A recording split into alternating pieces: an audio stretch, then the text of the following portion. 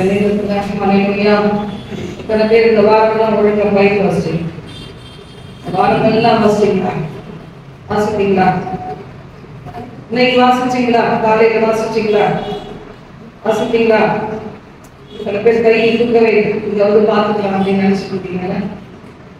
Bible காலையில தான் வாசிக்கணும், ராத்திரி கிடையாது. காலையில நமக்கு அப்பா என்ன செய்வாங்க? ஆலோசனை கொடுப்பாங்க, சொல்லி தருவாங்க. கற்றுக்கொள்ளுகிறவனை போல காலை தோறும் என்னை எழுப்புகிறார் ஆண்டவராகிய இயேசு கிறிஸ்து சொன்னார். ஹல்லேலூயா. நேற்று தினத்துல கொஞ்சம் திங்ஸ் எல்லாம் வாங்கணும். மிக்சர், அப்புறமா மைக்கு எல்லாமே நம்ம வாங்கணும். நம்முடைய கிருபையினால வாங்க தேவன் உதவி செய்தார். கொடுக்க முடியாதவருக்கு கொடுத்ததுனால, பிரிச்சுட்டு கொடுத்ததுனால ஏதோ கொஞ்சம் வீடு இருந்ததுல ஒரு கிட்டத்தட்ட ஒரு 12,000 ரூபாய் கிட்டத்தட்ட செலவு பண்ணியிருக்கோம். ஆண்டவர் வந்து கிருபை தந்திருக்கிறார். ஆண்டவருக்காக நான் கர்த்தரை நன்றியோடு ஸ்தோத்திரிக்கிறேன். என்னத்தை வாங்கி போடுவேன்? எனக்கு என் பிள்ளைகள் கொடுக்கிறது, எனக்கு கொஞ்சம் சேவிக்கிறது, அவங்களுக்கு நான் நிறைய போடுறேன். உறுதிக்கு ரொம்ப தேவை கிடையாது. ஏதாவது வாங்கி புதுசா நகை மாட்டதெல்லாம் கிடையாது. போதும், எனக்கு இருக்கிறதெல்லாம் போதும். கர்த்தர் சமூகத்துல இழந்தவைகளையும் ஆண்டவர் அறிகிறார். கொடுத்ததே அறிவாரு, கொடுக்காதே அறிவாரு, பொய்யே அறிவாரு, உண்மையை அறிவாரு. ஆண்டவர் நல்ல தேவன். ஹல்லேலூயா. பேருக்கு சந்தோஷமா இருக்கு. இதெல்லாம் வாங்கினது ஹல்லேலூயா. ஹல்லேலூயா. இதே மாதிரி இன்னும் நிறைய தேவை இருக்குது. 2 ஃபேன் இது சேர்த்து போடணும். இந்த ஏசி பத்த மாட்டேங்குது. இந்த ஏசி இவ்வளோ பெரிய ஹாலுக்கு பத்த மாட்டேங்குது. இன்னொரு 2 ஏசி போட்டால் நல்லா இருக்கும். இல்லை 1 போடணும். நிறைய பெரிய ஃபேன் உள்ள போடணும், பத்த மாட்டேங்குது. அதனால தான் நானே ஆஃப் பண்ணிட்டேன் சார். ஃபேனே பெட்ரோல் போடுறது. அதனால உங்களுக்கு இந்த சைடில் ஒரு 2 ஃபேன் போட சொல்லணும்னு நினைச்சிருக்கேன். கொஞ்சம் காசு தேவைப்படுது. ஒரு 3,500 ரூபாய் கேட்டார். சிம்பிளா போனோம்னா அது மெல்லமா செய்யலாம், கொஞ்சம் கொஞ்சமா பார்க்கலாம். அப்படி கர்த்தர் தேவைகள்லாம் சந்திக்கிறதுக்காக கர்த்தரை நான் சோதரிக்கிறேன். இந்த மாதிரி இன்னைக்கு எத்தனை பேர் வரல பாருங்க. வராதவங்களுக்கு ஃபோன் அடிச்சு ஏன் வரலன்னு கேள்வி. நான் அழைச்சே எடுக்க மாட்டாங்க. அதனால தான் கர்த்தர் நல்லவர். நம்ம பிள்ளைங்களை யாருமே நடத்தி கொண்டு வருகிறார். நம்ம 5ஆம் தேதி முதல் நமக்கு இங்க ஃபாஸ்டிங் ப்ரேயர் இருக்கு. காலையிலேயே ஃபாஸ்டிங் ப்ரேயர் இருக்கு. ஏன்னா நிறைய பேர் காலையில சர்ச்சுக்கு வராதவங்க, நம்ம சர்ச்சு நம்பர்ஸ் இல்லை, எங்கேயோ போயிருப்பாங்க, ஈவினிங் அவங்க வருவாங்க. அப்போ அவங்கெல்லாம் என்ன சொல்றாங்க, அவங்களுக்கு அவரோட சேர்ந்து நானும் அந்த மாதிரியே பழகிட்டேன். ஃபாஸ்டிங் ப்ரேயர் காலையில வந்து 10 மணிலிருந்து 2 மணி வரை. 10னா 10க்கு வர மாட்டாங்க. அதனால நான் வந்துடுவேன். எனக்கு டைம் வந்து 10 மணிக்கு கர்த்தர் பாத்துல உட்காந்து நல்லது. அதே மாதிரி என்னோட கூட சேர்ந்து நீங்க 10 மணிக்கு வரலாம். வந்து உட்கார்ந்து நீங்க வேலைக்கு போக முன்னாடி கூட ஒரு சின்ன ஜாப் பண்ணிட்டு நீங்க போகலாம். 10 மணிலிருந்து 2 மணி வரைக்கும் நடக்கும். அதனால கலந்து கொடுங்க. ஒவ்வொரு வினாடியுமே நம்மளுக்கு ரொம்ப ப்ரெஷியஸா இருக்கும். வந்த நேரத்துல இருந்தே நம்ம முடிக்கிற நேரம் வரைக்கும் நல்லாவே இருக்கும். கர்த்தர் எப்படி நடந்து வரும் தெரியாது. அதுதான் நான் காத்துடுவேன். அது மாதிரி இந்த சாம்பல் புதன் சொல்லுவாங்க 5ஆம் தேதி. அது வந்து நமக்கெல்லாம் சாம்பல் புதன் கிடையாது. நமக்கு என்ன செய்வாங்க, சாம்பலுக்கு பதிலாக சிங்காரத்தை கொடுத்துருக்காங்க. எத்தனை பேர் நம்புறீங்க? ஹல்லேலூயா. ஹல்லேலூயா. உலகத்துல எவ்வளவு உபத்திரம் இருந்தாலும் நமக்குள்ள என்ன செய்யறாங்க, சந்தோஷத்தையும் சமாதானத்தையும் நிறைவாய் கொடுத்திருக்கிறார். அவர்களுக்கு வெள்ளி கொண்டு இருக்கலாம், நமக்கு இயேசுவின் நாமம். ஹல்லேலூயா. சிலருக்கு ரதங்கள் குதிரைகள் இருக்கலாம், நமக்கு ஆண்டவருக்கு இருக்கிறது. ஹல்லேலூயா. அந்த நல்லவர் பார்த்தேன். தினம் முழுவதும் நிரம்பும்படியான ஆத்துமாக்களை கொடுத்தா உள்ளங்க இருக்க கொஞ்சம் கொஞ்சம் காயங்களும் ஆகிடும். நான் மன்னிச்சு எதுக்கு மறக்கிறேன்னா, நான் சுகமா இருக்கிறேன். நீங்களும் மன்னிச்சு மறந்தீங்கன்னா உங்களுக்கு உடம்பு சுகமா இருக்கும். முதல்ல உடம்பு சுகம் தான் எனக்கு முக்கியம் பாருங்க. எதை வேணா நம்ம வாங்கிடலாம், சுகத்தை வந்து வாங்கவே முடியாது.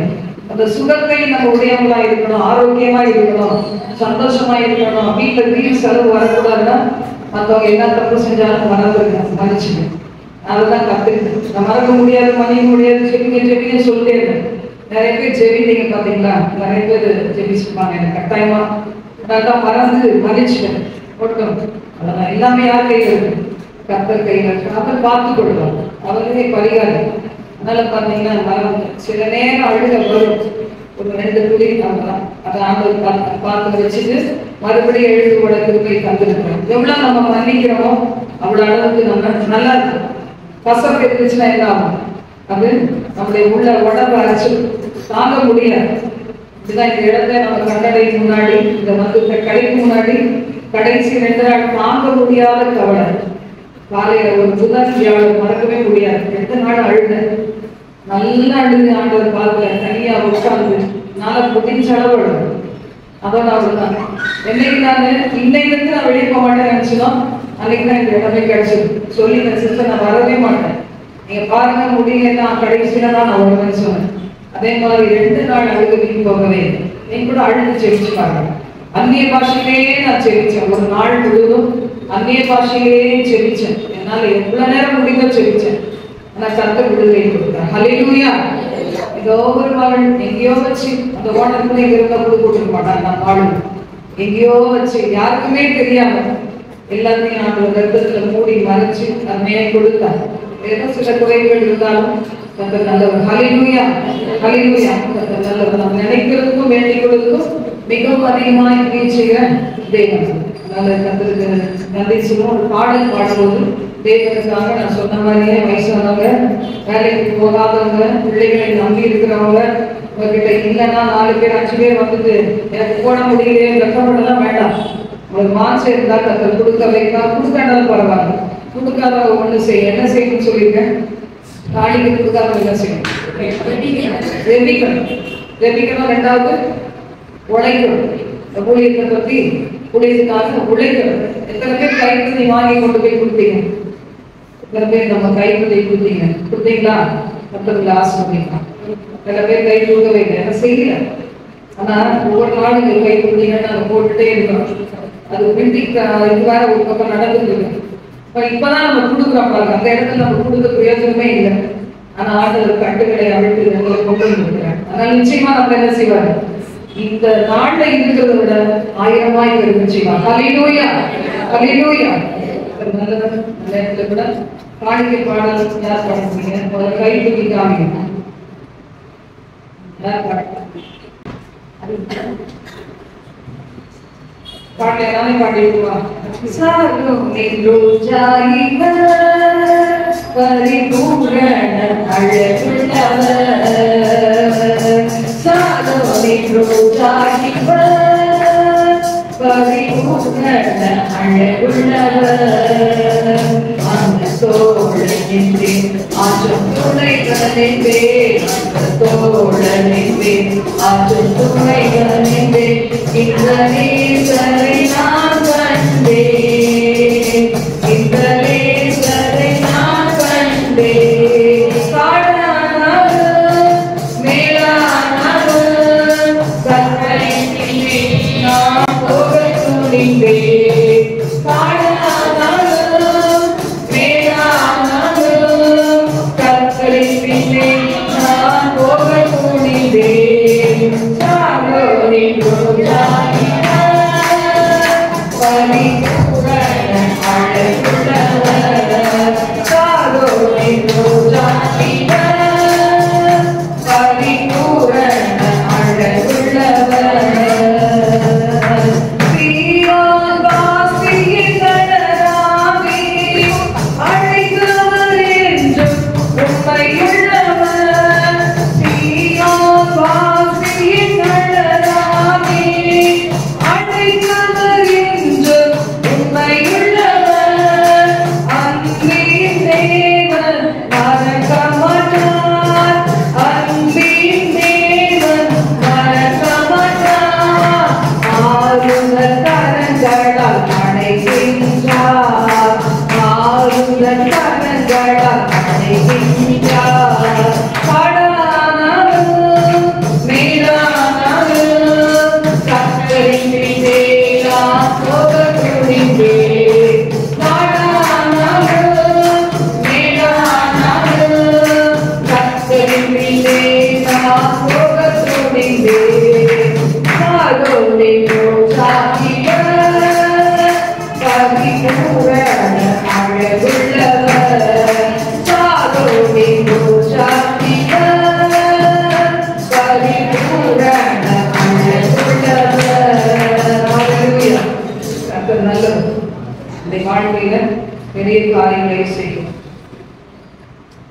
ஞாயிற்றுக்கிழமை காலையில 6 மணிக்கு வந்ததுனால ஆண்டவருக்கு ஏதாவது நீங்க பெரிய காரியம் செய்வது அர்த்தமா யோசிச்சு பாருங்க. ஆண்டவருக்கு நம்ம பெருசா செய்யணுமா இல்லைன்னா கர்த்தர் நமக்கு செய்யறாரு? கர்த்தர் நமக்கு செய்யறாங்க. ஆண்டவர் சமூகத்துல நம்ம வரும்போதெல்லாம் சந்தோஷம், வரும்போதெல்லாம் சமாதானத்தை தேவன் கொடுக்கும். ஹல்லேலூயா. அடுத்து காணிக்கை கொடுத்த கரங்களை ஆசீர்வதியும் ஊழியத்தின் தேவைகளுக்காக நம்ம பயன்படுத்துவதை அறிவிப்போம். என் அன்பு தகப்பனே, என் பிள்ளைகளை கொண்டு என்னை அதிகமாய் ஆசீர்வதித்திருக்கிறேன். என் தேவைகள் எல்லாம் சந்தித்து வருகிறேன். ஊழியத்தின் தேவைகளையும் ஆண்டவரை சந்திக்கிறேன். ஒரு சிலர் மூலமாக ஆண்டவரை ஊழியத்தின் தேவைகளை சந்தித்து வருகிறேன். நன்றி செலுத்துகிறோம். ஒவ்வொரு பிள்ளைகளையும் அபரிமிதமாய் ஆசீர்வதி கொடுக்க முடியல என்று ஏங்குகிற பிள்ளைகள் அவருடைய வாழ்க்கையில் நல்ல ஒரு செழிப்பை கொடுத்து குடும்பங்களிலே ரட்சிப்பை கொடுத்து ஆசீர்வதிக்க வேண்டும் என்று சொல்லிக்கிறேன். அப்பமில்லாத காரியத்துக்கு வீண் செலவுகள் வராதுகள். பிள்ளைகள் நல்லா இருக்கத்தோடு தீர்க்காயுசு காலங்களோடு தங்களை மகிமைப்படுத்த கிருபைக்கார் குடும்பங்கள் குடும்பங்களாக வேதி அடையும். இயேசுவின் நாமத்தில் ஜெபிக்கிறோம் ஜீவனுள்ள நல்ல பிதாவே. ஆமென். ஆமென். அந்த வருமா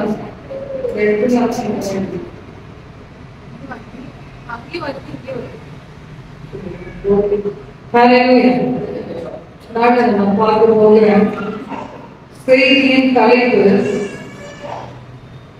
அவரவர் ஸ்தானத்திலே இருப்பது நல்லது. இந்த தலைப்புல தான் நம்ம வேறு செய்தியை பார்க்க போகிறோம். அதனதன் ஸ்தானத்திலே ரெக்கார்ட் பண்ணி கொள்ளுங்க, டைப் பண்ணி கொள்ளுங்க. இதெல்லாம் நான் சொல்றேன். தன் கூட்டை விட்டு அலைகிற குருவி எப்படி இருக்கிறதோ அப்படியே தன் ஸ்தானத்தை விட்டு அலைகிற மனுஷனும் இருப்பான். பைபிள் யார் வாசிக்கிறீங்க? வாசிக்கிறவங்க ஹல்லேலூயா. ஹல்லேலூயா. தன் கூட்டை விட்டு அலைகிற குருவி எப்படி இருக்கிறதோ தன் ஸ்தானத்தை விட்டு அலைகிற மனுஷனும் இருக்கிறான். ஆண்டவருக்காக நம்ம எல்லாம் ஒரு நல்ல ஸ்தானத்துல, ஸ்தானம்னா என்ன அர்த்தம் உங்களுக்கு புரியுற மாதிரியே சொல்றேன். ஸ்தானம்னா இடம். எந்த இடத்துல நம்ம வைத்திருக்கிறாரோ அந்த இடத்துல நம்ம என்ன செய்யணும்? மன ரம்மியமா இருக்க வேண்டும். எந்த இடத்துல, எந்த பொசிஷன்ல, ஒருவேளை மாமியார் போஸ்ட் கொடுத்தா அந்த போஸ்ட்ல இருங்க, அம்மா போஸ்ட் கொடுத்தா அம்மா போஸ்ட்ல, பிள்ளைகள் போஸ்ட்ல இருக்கணும். எல்லாரும் அவங்களுக்கு தேவன் என்ன செய்திருக்கிறார்? ஒரு போஸ்ட கொடுத்திருக்கிறார், ஒரு நிலைமையை கொடுத்திருக்கிறார். எத்தனை பேருக்கு பாருங்க, நீங்க எல்லாம் எவ்வளவு ஏஜ் ஆனாலும் கஷ்டப்பட்டு உழைக்கிறீங்க. அப்ப உங்களுக்கு ஒரு நல்ல பொசிஷன் கொடுத்திருக்கிறார், நல்ல நிலைமையை கொடுத்திருக்கிறார், நல்ல ஆரோக்கியத்தை கொடுத்திருக்கிறார். எத்தனை பேர் சீக்கிரத்திலேயே அவங்க என்ன செய்யறாங்க? உலக வேலை செய்ய முடியாம ரிட்டையர்ட் ஆயிடுறாங்க. நான் உங்களுக்கு என்ன செய்யறாரு? நல்லா ஆர்கனெல்லாம் நல்லா வேலை செய்ய வச்சு, நல்லா சாப்பிட வச்சு, உங்களை நடமாட வச்சு, 2 மாடி ஏற வச்சு, எல்லாருக்கும் ஈஸியா இருக்கும். நான் கீழே தான் பார்த்தேன், ஆனா கிடைக்கும். அப்படிதானே போயிட்டு நம்ம கொடுத்த பிறகு கூட அவங்க என்ன செஞ்சுட்டாங்க? திருப்பி அந்த அட்வான்ஸ் கொடுத்துட்டாங்க. ஆனாலும் நமக்கு நல்லா ஏறி வர்றது கடவுள் உதவி செய்யும். ஒவ்வொரு நாளும் இந்த ஸ்டெப்ஸுக்காக ரொம்ப ஜெபிக்கிறேன். நம்ம ஏறி வரும்போது யாரும் கீழே விட்டுக்கிறாரு, ஒருத்தருக்கு கூட கஷ்டம் வரக்கூடாது. அந்த தூதர்களை வைத்து அந்த எல்லைகளை பாதுகாக்கணும். இயேசுவின் ரத்தத்தை தெளித்து தெளித்து தெளித்து இங்க வர நாள் மட்டும் இல்ல, வராத நாள் கூட நான் தெளித்து ஜெபம் பண்ணிட்டே இருக்கேன். ஆனால் உங்களுக்கு விசேஷித்த பாதுகாவல் நமக்கு உண்டு. பாதம் கல்லில் இடராதபடிக்கு நம்மை காக்கின்ற தேவன், நம்முடைய தேவன். எத்தனை பேர் நம்புறீங்க? ஹல்லேலூயா. ஹல்லேலூயா. கால் மிதிக்கும் எந்த தேசத்தையும் கர்த்தர் சொந்தமாக்கி தருவார். கண் ஏறெடுத்து பார்க்கிற பூமியை சொந்தமாக்கி தருவார். அதனால இந்த இடத்தை கொடுத்தா அவங்க சொத்தை பறிச்சுக்க மாட்டோம். அந்த மாதிரி எதுவுமே கிடையாது. ஆண்டவர் நமக்கு கொடுக்கிறது நமக்கு தான். ஆனா மற்றவங்களுடைய எதையுமே நம்ம இச்சிக்கிறது பாவம். 10 கட்டளைகள் ஒரு கட்டளை இருக்கு. பிறர் பொருளை இச்சிக்காதே, பிறருடைய மனைவியை, பிறருடைய கணவனை, பிறருடைய பில்டிங்க, பிறருடைய சொத்துக்களை, அப்படிதானே பிறருக்கு கொடுக்கப்பட்ட எதையும் இச்சிக்காது. வேலைக்காரனை கூட இச்சிக்காதுன்னு சொல்லி ஆண்டவர் நம்ம நல்ல ஆண்டவர். பாத்தீங்களா, வேலைக்காரங்க அவங்க நல்லா வேலை செய்யறாங்க, நம்ம வீட்டுக்கு வந்தா எப்படி இருக்கும் அப்படின்னு போய் கேட்டுக்காதுன்னு சொல்லியிருக்கிறாங்க. அந்த மாதிரி நம்ம அதெல்லாம் இச்சிக்கிறது கிடையாது. இடத்தை கொடுத்த மகள் அவங்களுடைய குடும்பத்துக்கு அந்த ஆசீர்வதிக்கணும்னு அவங்க நாள் ஜெபம் பண்ணேன். முதல் ஆசீர்வாதம் ரட்சிக்கும். அதுதான் நான் கேட்கிறேன். ஏன்னா அவங்க இயேசுவை அறியாதவங்க. அவங்களுக்கு அதை கொடுத்து எல்லாத்தையுமே கூட்டி கொடுக்கணும்னு நான் டெய்லி என்னுடைய ஜெபத்துல ஜெபித்து வரேன். அப்படிதான் அங்கேயும் வச்சிருந்தாங்க. நம்ம இருந்தாலும் நம்ம ஹல்லேலூயா ஹல்லேலூயா. இப்போ அவரவருக்கு ஒரு ஸ்தானத்தை தேவன் வச்சிருக்கிறார். யோவான் நதி முதலாவது நம்ம யோவான் அதிகாரத்துல பார்ப்போம். நான் எழுதி வந்ததெல்லாம் அதுல மாடிடுச்சு. நான் இப்போ உங்களுக்கு நான் சொல்றேன். ஆண்டவருடைய வார்த்தை சொல்லுது, செடியானது என்ன செய்யணுமா? கொடியோடு இணைந்திருக்க வேண்டும். நீங்க வீட்டுல எல்லாம் இடம் கிடைச்சதுன்னா என்ன செய்யணும்? நல்ல செடி கொடிலாம் போட்டு பாருங்க, அதெல்லாம் ரசிங்க. அதை ரசிச்சீங்கன்னா தெரியும் அதை எவ்வளவு சந்தோஷம். யோவான் 15ஆம் அதிகாரம் முதல் வசனம் முதல் சில வசனங்களை வாசிக்கலாம். நான் மெய்யான திராட்சை செடி, என் பிதா திராட்சை தோட்டக்காரர். என்னில் கனி கொடாதிருக்கிற கொடி எதுவோ அதை அவர் அறுத்து போடுகிறார். கனி கொடுக்கிற கொடி எதுவோ அது அதிக கனிகளை கொடுக்கும்படி அதை சுத்தம் பண்ணுகிறார். நான் உங்களுக்கு சொன்ன உபதேசத்தினாலே நீங்கள் இப்பொழுதே சுத்தமா இருக்கிறீர்கள். என்னில் நிலைத்திருங்கள், நானும் உங்களில் நிலைத்திருப்பேன். கொடியானது திராட்சை செடியில் நிலைத்திராவிட்டால் அது தானாய் கனி கொடுக்க மாட்டாதது போல நீங்களும் என்னில் நிலைத்திராவிட்டால் கனி கொடுக்க மாட்டீர்கள். நானே திராட்சை செடி, நீங்கள் கொடிகள். ஒருவன் என்னிலும் நான் அவனிலும் நிலைத்திருந்தால் அவன் மிகுந்த கனிகளை கொடுப்பான். அப்படின்னா என்ன அர்த்தம்? ஆண்டவரோட எவ்வளவு நம்ம நிலைச்சிருக்கிறோமோ, அவர் எவ்வளவு அளவுக்கு நம்ம வேதோடு இருக்கிறோமோ அந்த அளவுக்கு நம்முடைய வாழ்க்கையினுடைய ஆசீர்வாதங்கள் இருக்கும். ஆண்டவர் சொல்றார், நான் தான் திராட்சை செடி, நீங்கள் எல்லாரும் யாரு? கொடிகள். நான் திராட்சை செடி, என் பிதா திராட்சை தோட்டக்காரர். பிதாவாகிய தேவன் திராட்சை தோட்டக்காரர், இயேசு கிறிஸ்து திராட்சை செடி. அது என்ன செய்யுமா? கொடி பாத்தீங்கன்னா தானா வளர்ந்துருமா? நீங்க ஒரு கொடி எடுத்து பிச்சு ஏதாவது மண்ணுல வச்சீங்கன்னா அது ஏதாவது கனி கொடுக்குமா? அந்த கொடியில இருந்து ஏதாவது வருமா? வராது. அந்த கொடி என்ன செய்யணும்? செடியோடு இணைந்திருந்து வர கொடி தான் என்ன செய்யும்? அதுக்கு உயிர் வரும். வெறும் கொடியால வாழவே முடியாது. வெறும் நீங்க புரியுதா இல்லையா? பீக்கங்காய் சொரக்காய் நம்ம போடுவீங்க பாருங்க. அதுல அந்த கொடிகள் என்ன செய்யும்? இப்ப செடி இருக்குன்னா அதுல இருந்து அப்படியே அந்த கொடி விடும். அந்த கொடி என்ன செய்வாங்க? கம்பு வச்சு இதை கட்டி விட்டு ஏதாவது ஒண்ணு பண்ணுவாங்க. அப்பதான் அங்க என்ன செய்யும்? அந்த கொடிக்கு இதுல இருக்கிற சத்துக்கள் எல்லாம் போகும். அந்த கொடி என்ன செய்யும்? கனி கொடுக்கும். ஆனா கொடியை மட்டும் பிச்சு ரொம்ப நீளமா போகுதுன்னு கட் பண்ணி அதை எடுத்து எதையாவது வச்சீங்கன்னா அதுக்கு உயிரே இல்லை, செத்து போயிடும். அதே மாதிரிதான் ஆண்டவர் சொல்றார், இயேசு கிறிஸ்துவோட நீங்கள் நிலைத்திராவிட்டா, ஆண்டவர் தான் நமக்கான ஒரு ஸ்தானம். அவர்தான் வழி, அவர்தான் சத்தியம், அவர்தான் ஜீவன். பாருங்க, இன்னைக்கு அவர்கள் நிலைத்திராக யாருமே கனிகள் கொடுக்க முடியாது. ஆவிக்குரிய வாழ்க்கையில வளர முடியாது. நித்திய ஜீவனை பெற்றுக்கொள்ள முடியாது. இன்னைக்கு அநேகர் என்ன சொல்றாங்க? இயேசு கிறிஸ்து தேவன் கிடையாது, கர்த்தர் கிடையாது, அவர் தூதன்லாம் சொல்றாங்க. பாருங்க, கர்த்தருடைய பிள்ளைகள், வேதத்தை அறிந்த பிள்ளைகள் இந்த மாதிரி உபதேசத்துல போறாங்க. ஆனா அதற்குள்ள அவங்களுக்கு என்ன வரும்னா, கொஞ்சம் கொஞ்சமா இயேசு கிறிஸ்து இல்லாத ஒரு வாழ்க்கையில பரிசுத்தமே இருக்காது. இயேசு கிறிஸ்துவின் ரத்தம் நம்மை கழுவி, பாவங்களை கழுவி சுத்திகரிக்கிறது. அந்த இயேசுவின் ரத்தத்தை காலில் போட்டு மிதிக்கிற ஒரு பரிசுத்த வாழ்க்கை வாழவே முடியாது. ட்ரை பண்ணலாம், ஆனா முடியாது. ஆண்டவருடைய ரத்தம் மட்டும்தான் நமக்கு பரிகாரம். அப்ப பாருங்க, இயேசு கிறிஸ்து சொல்லுகிறார், என்னே நிலைத்திருக்கிற கொடியா இருங்க. அதுதான் உங்களுடைய ஸ்தானம். உங்களை எதுக்கு வச்சிருக்கேன்? எனக்குள் வைத்திருக்கிறேன். ஆண்டவர் பாருங்க, தெரிந்து கொள்ளப்பட்ட பிள்ளைகள், அவங்களை பத்தி கர்த்தர் என்ன சொல்றாருன்னா, என் கையிலே என் பிதா கொடுத்திருக்கிறார். இந்த என் கையிலிருந்து, என் பிதாவின் கையிலிருந்து, எங்கள் கரங்களிலிருந்து உங்களை ஒருவரும் பறித்து விட முடியாது. ஆண்டவருக்கு இந்த நம்பிக்கை இருப்பாங்க. என் கையிலிருந்து உங்களை நான் என்ன செய்ய மாட்டேன், யாரும் பறித்து கூட விட மாட்டேன். எந்த பிசாசின் கிரிகளோ, பாவங்களோ, சாபங்களோ, அந்தகார வல்லமைகளோ, உங்களுக்கு எதிரான ஆயுதங்களோ எதுவுமே பறித்து கொள்ளாத படிக்கு என் கரங்களிலே உங்களை வைத்திருக்கிறேன் சொல்றாரு. எத்தனை பேர் ஹல்லேலூயா சொல்லுவீங்க? இயேசுவின் கரத்துல நீங்களும் நானும் இருக்கிறோம்ல. அது நல்ல அருமையான பாட்டு பாடு, பெருமாஸ் பாடுற பாடெல்லாம் பாடிட்டே இருக்கலாம் இல்ல? என்ன பாட்டு? நானே தான் பாடு. அவ்வளவு அழகா வீட்டுல பாடி பிராக்டிஸ் இல்ல?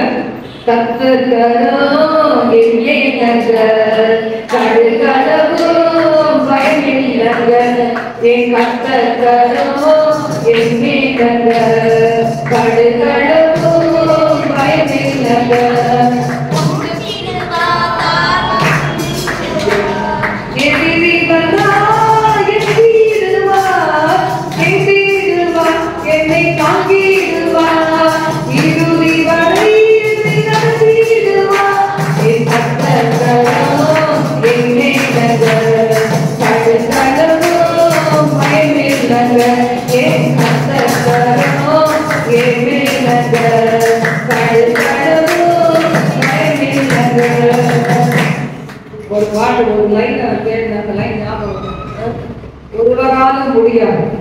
கொள்ள ஒருவராக முடியாது.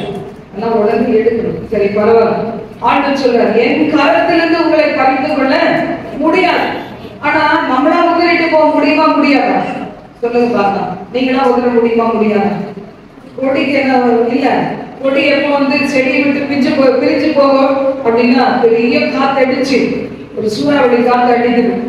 அப்ப என்ன செய்யும்? கொடியால நிற்க முடியாது. அது பலவீனமா இருக்கிறதுனால என்ன செய்யும்? சில நேரம் அதை சரியா அதுக்கு மெயின்டைன் பண்ணலன்னா, சரியா அதை சுத்தி விடலன்னா, அதுக்கு ஒரு நல்ல ஒரு இது கொடுக்கலன்னா, ஒரு கவனம் செலுத்தலன்னா என்ன செய்கிறோம்? அது கூட பிச்சுட்டு போய் எங்கேயாவது போய் விழுந்துடும், அப்படியே அழிஞ்சு போயிடும். ஆண்டவருடைய வார்த்தை சொல்லுது, என் கரம் பலவீனமான கரம் இல்லை. உன்னை கைவிடுறதுக்கு பலவீனமான கரம் கிடையாது.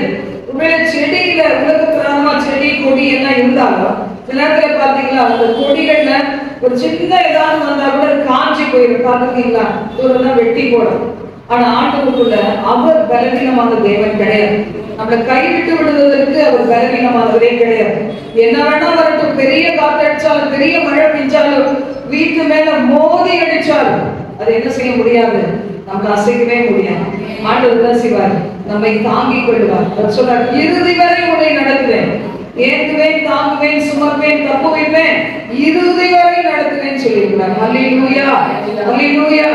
பாட்டுடைய வார்த்தை சொல்லுது பாருங்க, ஸ்தானத்திலே இருக்க வேண்டும், அவரவர் ஸ்தானத்திலே இருக்க வேண்டும். கூட்ட விட்டு அலைகிற குருவியை போல அலையக்கூடாது. அலைந்து திரிகிற வாழ்க்கைனா என்ன? இந்த வாரம் இந்த சர்ச்சை, அடுத்த வாரம் வேற ஒரு சர்ச்சை, அதுக்கு அடுத்த வாரம் வேற ஒரு சர்ச்சை, இதே மேய்ச்சிக்கிட்டே இருப்பாங்க பாருங்க. ஒரு நாளைக்கு அவங்களுக்கு எங்கேயாவது போய்கிட்டே இருக்கணும். திங்கட்கிழமை ஒரு இடத்துக்கு போகணும், செவ்வாய்க்கிழமைக்கு ஒரு இடத்துக்கு போகணும், அந்த ஓடிக்கிட்டே இருக்கணும். என்னைக்குதான் வீட்டுல தேவ பிரசனம் வரும் சொல்லி பாருங்க. இப்ப நினைச்சு பாருங்களேன், உங்க வீட்டுக்கு கடவுளுடைய பிரசனம் தேவை, கர்த்தருடைய பிரசனம் வீட்டுல இருக்கணும். எப்படி இந்த இடத்துல இருக்கணும்னு சொல்லி சில நாட்கள் நம்ம விசேஷித்து கொண்டு இங்க வந்து அதிகமாய் ஜெபிக்கிறோமோ, உங்க வீடுகள்ல தேவ பிரசனம் இருக்கணும். கர்த்தருடைய பிரசனம் இருக்கணும்னா நீங்க துதிக்கணும், நீங்க பாடணும், நீங்க ஆராதிக்கணும். அங்க முறுமுறுப்பு இருக்கக்கூடாது, சண்டை இருக்கக்கூடாது, எப்போதும் பிரிவினை இருக்கக்கூடாது, ஒருத்தர் கடித்து பட்சிக்கிற காரியங்கள் இருக்கக்கூடாது. தேவ பிரசனம் இறங்கி வரும். ஹல்லேலூயா, ஹல்லேலூயா. எது எங்க வீட்டுல இருக்குதோ இல்லையோ, யாரை வீடு வரங்களோ வரலையோ, என்ன இருக்கணும்? தேவனுடைய பிரசனம் இருக்கணும். அது ஒரு கண்ணீர் அழுகையினுடைய ஆசீர்வாதங்கள் இருக்கணும்.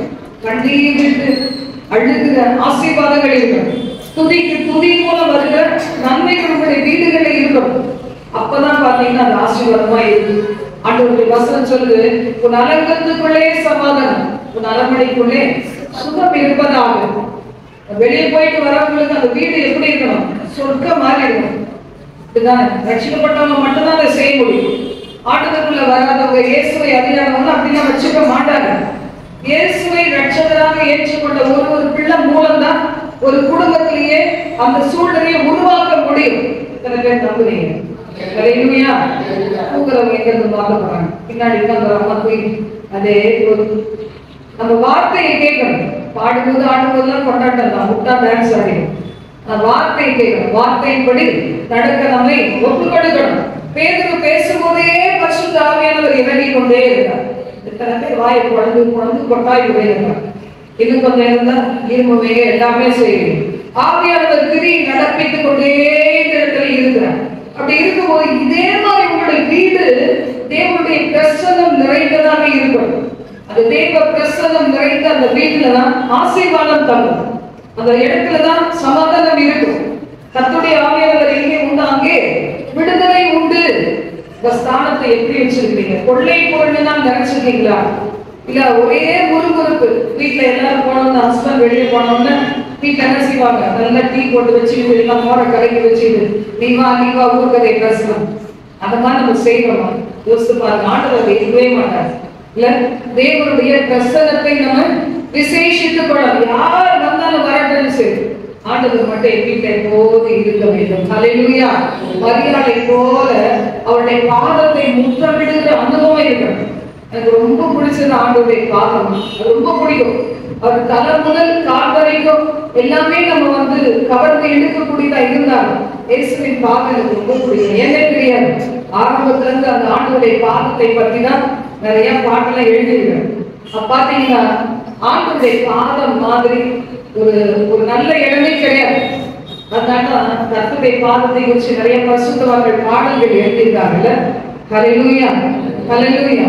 இயேசு பாதம் எனக்கு போதும், இயேசு பாதம் எனக்கு போதும், எந்த நாடு ஆனந்தமே, எந்த நாடு ஆனந்தமே, என்னை கேட்டு எடுபடாத, என்னை கேட்டு எடுபடாத நல்ல பங்கு இது, எனக்கு நல்ல பங்கு இது.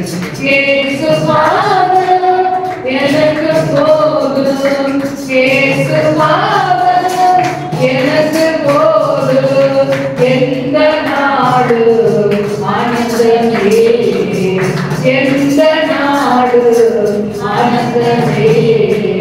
இங்க பாருங்க, லூக்கா 15ஆம் அதிகாரத்துல ஆண்டவர் ஒரு உவமையை சொல்றாரு பாருங்க. 11ஆம் வசனத்துல இருந்து நம்ம வாசிக்கும் போது நம்ம நிறைய வாசிக்க முடியாது, குறித்துக் கொள்ளுங்க.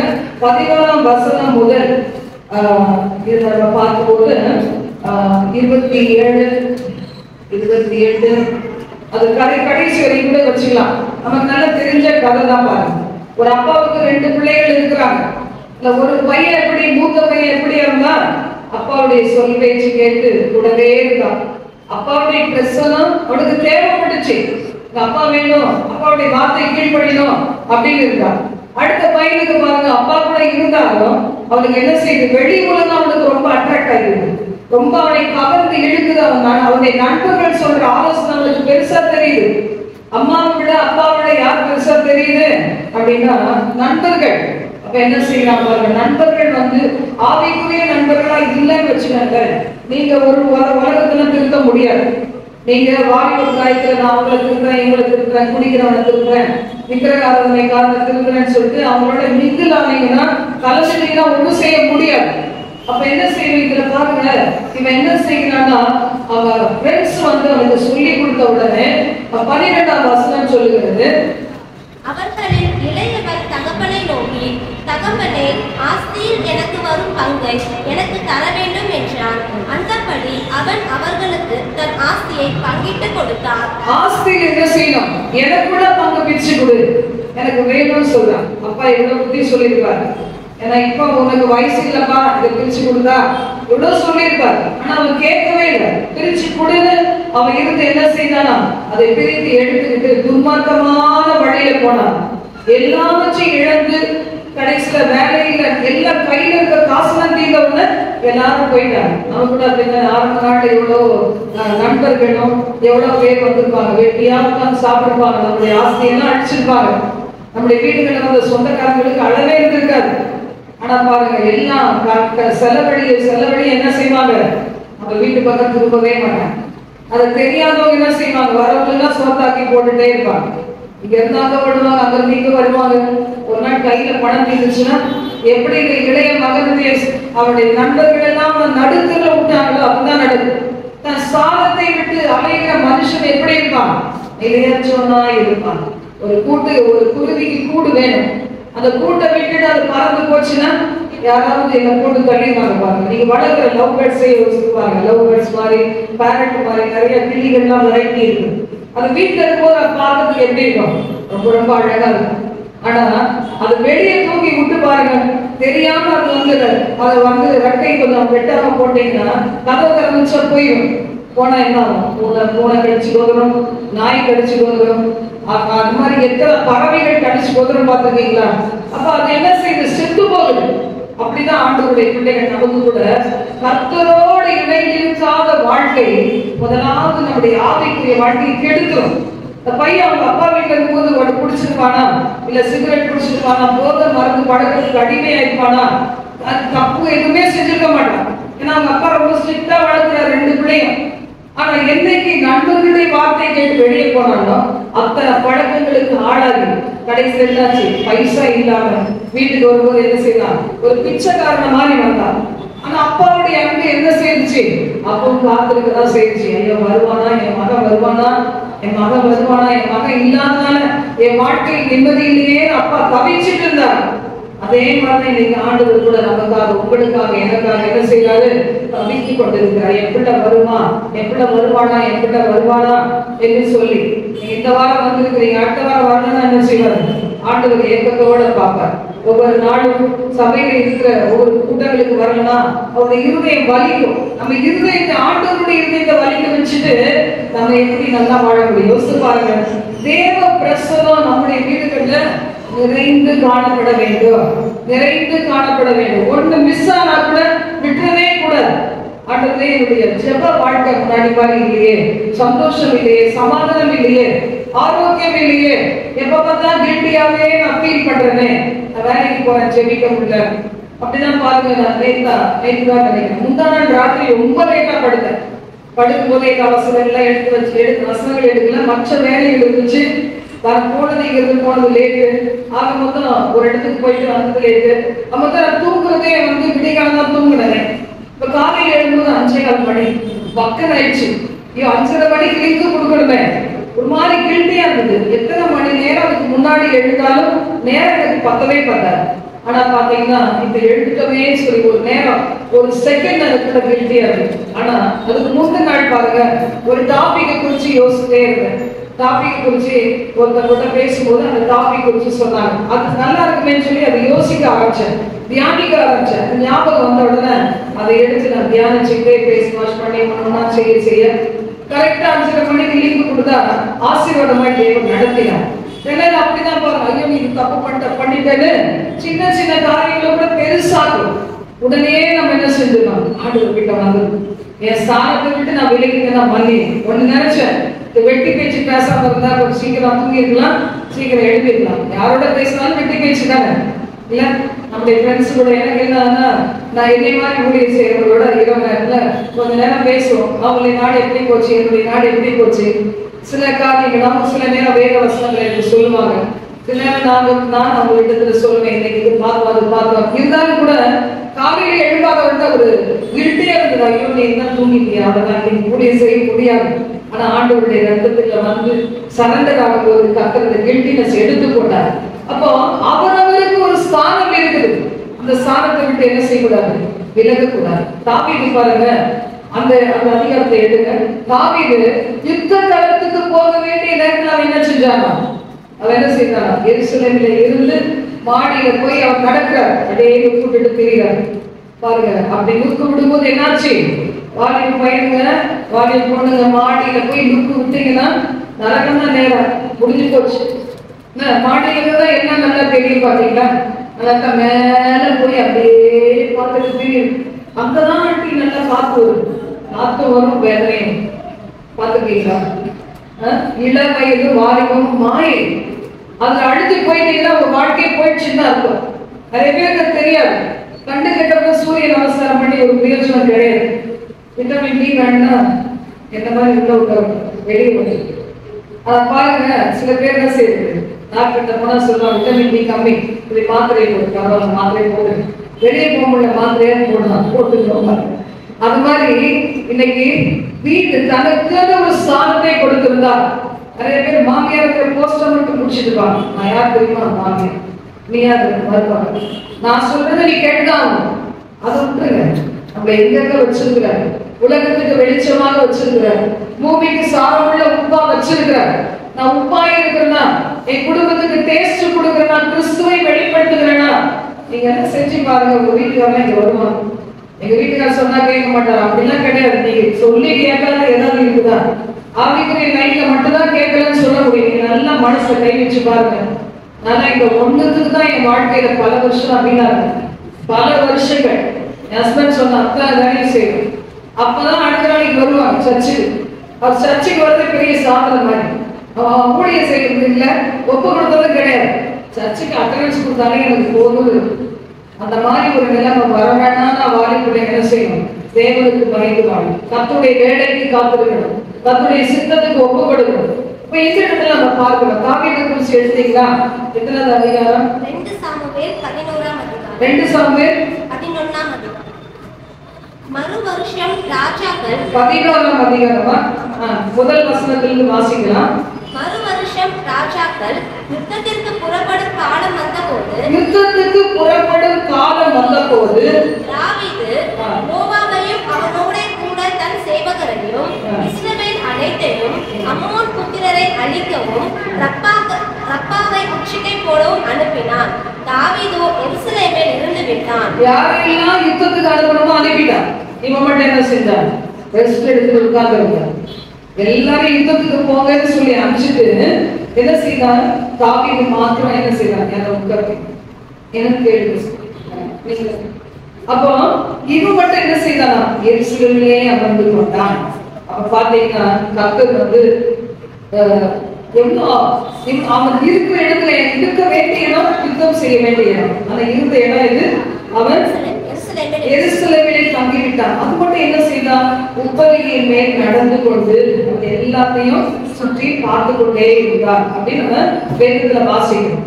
பாருங்க, தன் ஸ்தானத்தை விட்டு அலைகிற மனுஷன். இப்ப நம்ம ஸ்தானத்தை விட்டு அலையலாமா? நமக்கு ஆண்டவர் என்ன செய்யறாரு? நல்ல கட்டுப்பாடு நிறைந்த ஒரு வாழ்க்கை வாழ நல்ல கணவன் மனைவி பிள்ளைகளா இவங்களை வச்சிருக்கிறார். ஒரு வீட்டை கொடுத்திருக்கிறார்.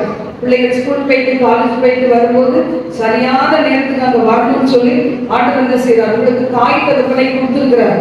நல்ல உடற்பிள்ளை கொடுத்திருக்கிறார். அப்ப நம்ம என்ன செய்யணும்? அந்த இடத்துல வந்து அமர்ந்து அந்த டைமுக்கு வந்துருக்கு நமக்கு ஒரு பாதுகாவலை கொடுக்கும். அடுத்தது நம்ம வாசிக்கும் போது வேதத்துல நீதிமொழிகள் அதிகாரத்துல வாசிக்கும் போது 2ஆம் அதிகாரம்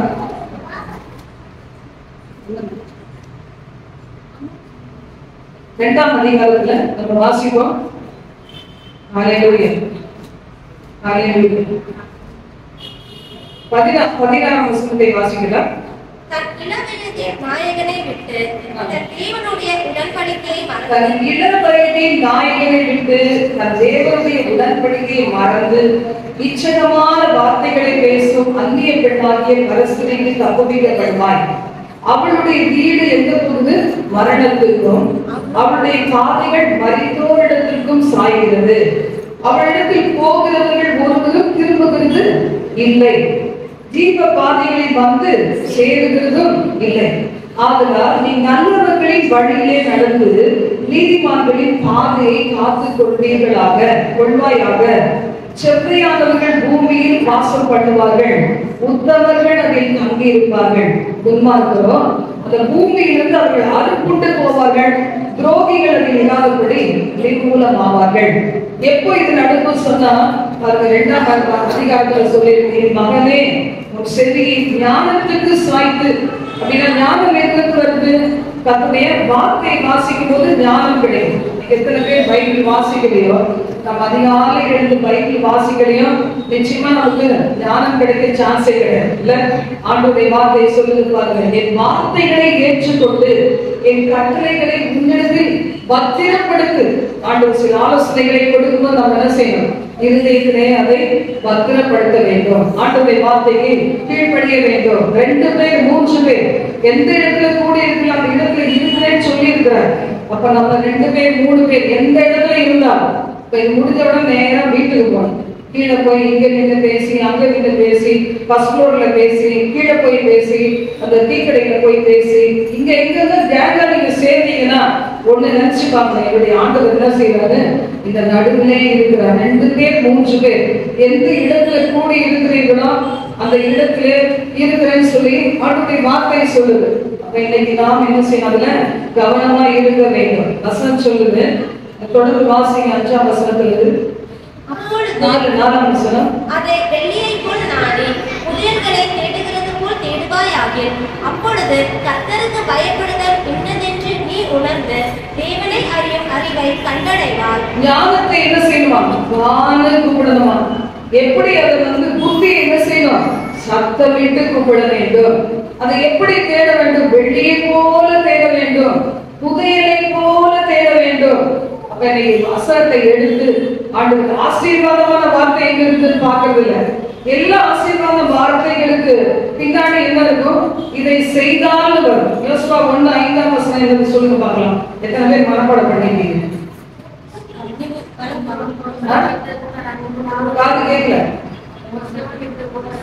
என்னமா சொல்றாங்க? நீ உயிரோடு இருக்கும் நாளெல்லாம் ஒருவரும் உனக்கு முன்பாக எதிர்த்து நிற்பதில்லை. நான் மோசையோடு போல உன்னோடும் இருப்பேன். பலம் கொண்டு திடமனதாயிரு. நான் உன்னை விட்டு விலகுவதும் இல்லை, என்னை கைவிடுவதும் இல்லை. 5ஆம் வசனம் நல்லதா இருக்கு. எத்தனை பேருக்கு ஆசை உயிரோடு இருக்க வரைக்கும் எனக்கு எதிரி அவன் என்கிட்ட தோத்துதான் போகணும்.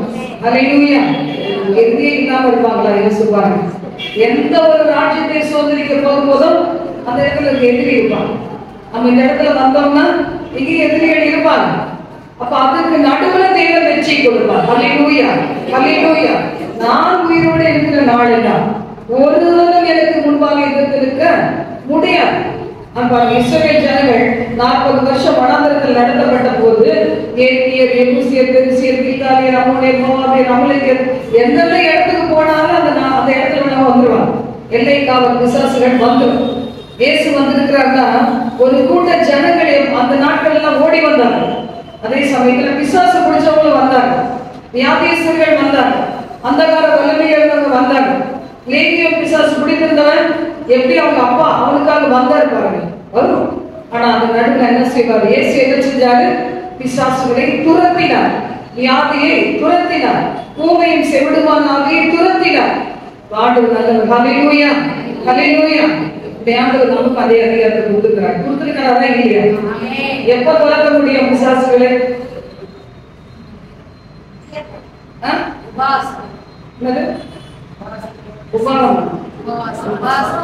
கார்த்திகை சத்தம்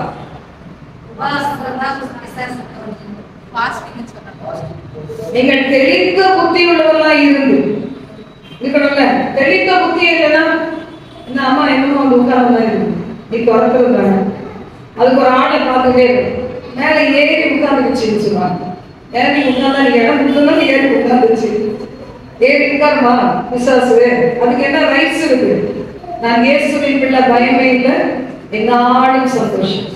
எப்பவுமே இயேசுவின் ரத்தத்தினால கவர் பண்ணப்பட்டவன், இயேசுவின் நாமத்தை உடையவர்களாக, இயேசுவின் ரத்தத்தினால மூடப்பட்ட பிள்ளைகளாக கர்த்தருடைய மகிமை நம்ம மூடி இருக்க வேண்டும். அப்ப நான் என்ன செய்யாது? பிசாசு நம்மள தொடாது. எதிர்த்து இருக்கிற பிள்ளைகள் நமக்கு விரோதமா எழுப்பி ஜெயமே பெற மாட்டாங்க.